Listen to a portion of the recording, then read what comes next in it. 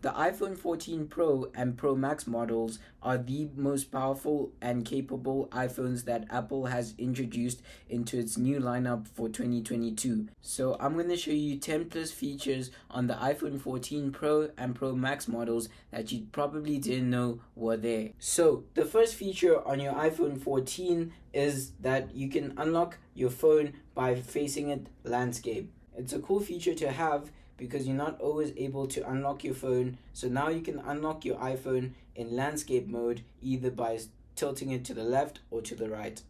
So the next feature that we've got has to do with the dynamic island. So now you can click and your music comes out here, and you can see it has a little waveform to show that your music is actually playing. And now the cool thing about this is that you can have multiple tools on your lock screen. So now I can just select timer, start a timer, and it splits into two different parts.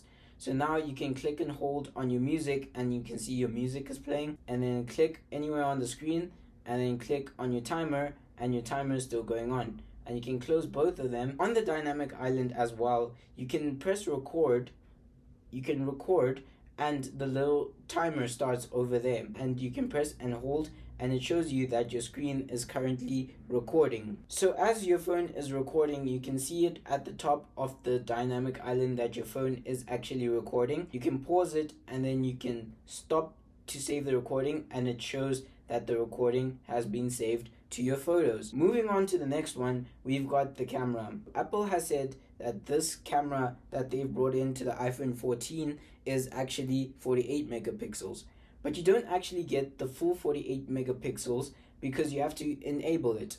And you enable it by going to settings, going all the way down to camera. And once you go to camera, you go searching for formats, and then you scroll all the way down. So you make sure that the Apple ProRes is enabled, and then you select 48 megapixels. Now you can select ProRes resolution, which is 48 and 12 megapixels. So as you can see, the 48 megapixels will take up a larger amount of storage because it's 48 megapixels. So now, once you've enabled that, you can go to your camera, and then you'll see this little RAW sign with the cross over it. So you need to make sure that this is enabled, and once it's enabled, you can now take photos in 48 megapixels.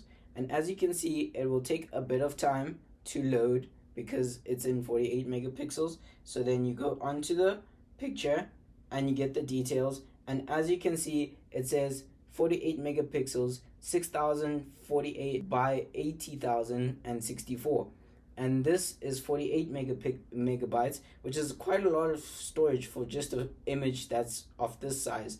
But obviously, if you take more detailed images, the storage will go up, and you would have to use this sparingly. You don't want to use it all the time because it will clutter your storage on your iPhone. So now on the cameras, we've got cinematic mode is now in 4K. So now you can record in cinematic mode in 4K, which you couldn't do before, but now you can. And you can use the 3x zoom on the cinematic mode. So also with the camera, you can go to photos, and now we've got a nice in between. We've got 5x, one, the normal one we've always had, and then we've got a nice one in the middle, the 2x, and then we've got the 3x. So now with the action mode, you can see that you can now enable action mode by this little man running over there, and you can put it to a setting that's of the highest quality, which is HD 60 frames per second. So this requires a lot of light, but now I found a way that you can take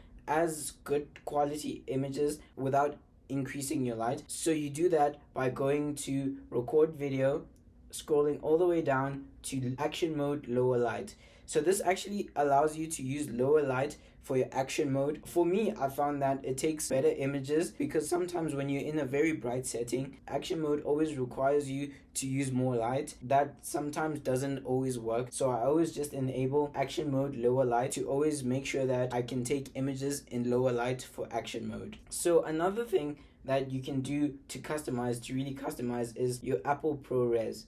If you want to shoot videos in ProRes, you can now enable ProRes, and then once that's enabled, you can go to your videos, and now you can enable Apple ProRes. My max time limit is 34 minutes because of my storage. I have a 256, so this is the amount. It will vary depending on the type of phone that you have. So while we're still on the camera, there's actually a feature to preserve settings.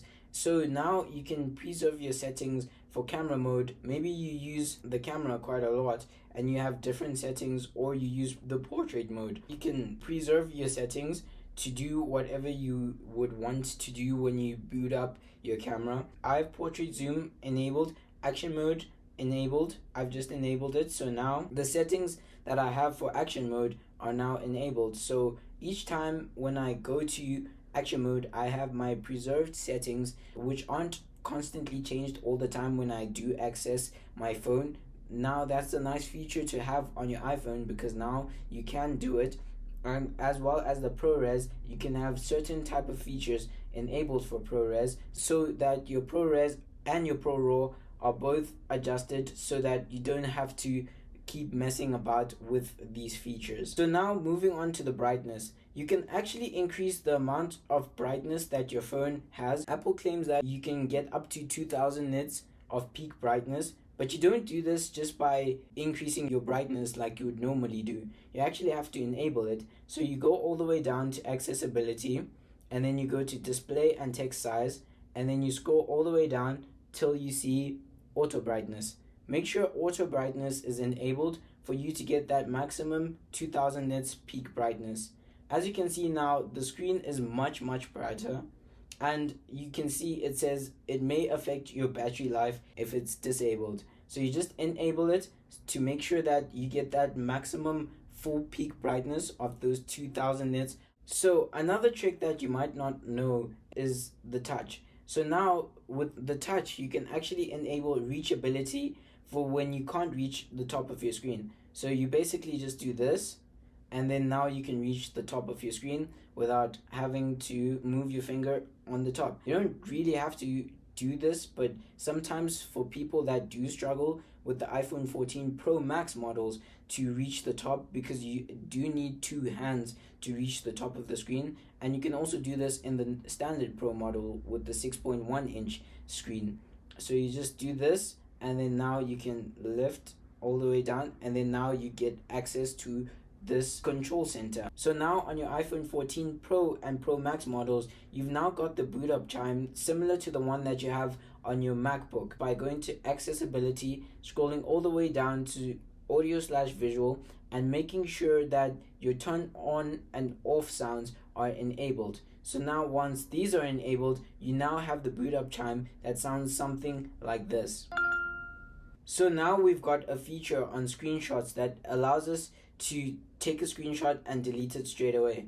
So we can take a screenshot like this, and then now we've got the option to delete it straight away after we've taken it. We can copy it and delete it. This makes it easier because now you can just copy it and it deletes and then send it to someone. You don't have to go to your photos and then delete it from there before you actually delete it again from your phone. So now we can just take a screenshot real quick, and then we can press and hold if we want to rename it, and then we can rename it to whatever we would like. So now that's renamed. We've now renamed the document. There we go. So now that's a faster way of now renaming the screenshot that you've just taken on your iPhone. So now with the always on the iPhone always enabled, it becomes a bit difficult to see your battery percentage. So now you can actually show your battery percentage by customizing the widgets on your always on display. So you can now add the battery over here, batteries, ProRes iPhone 13. As you can see, it says I should remove one, and then now I just add ProRes iPhone 14 Pro, and then once that's enabled, click done, and then now you can see your current iPhone 14 battery percentage without ever having to boot up your phone. It's nice and convenient to have this on your iPhone because you don't have to always click on your phone to see your battery percentage in the top right corner.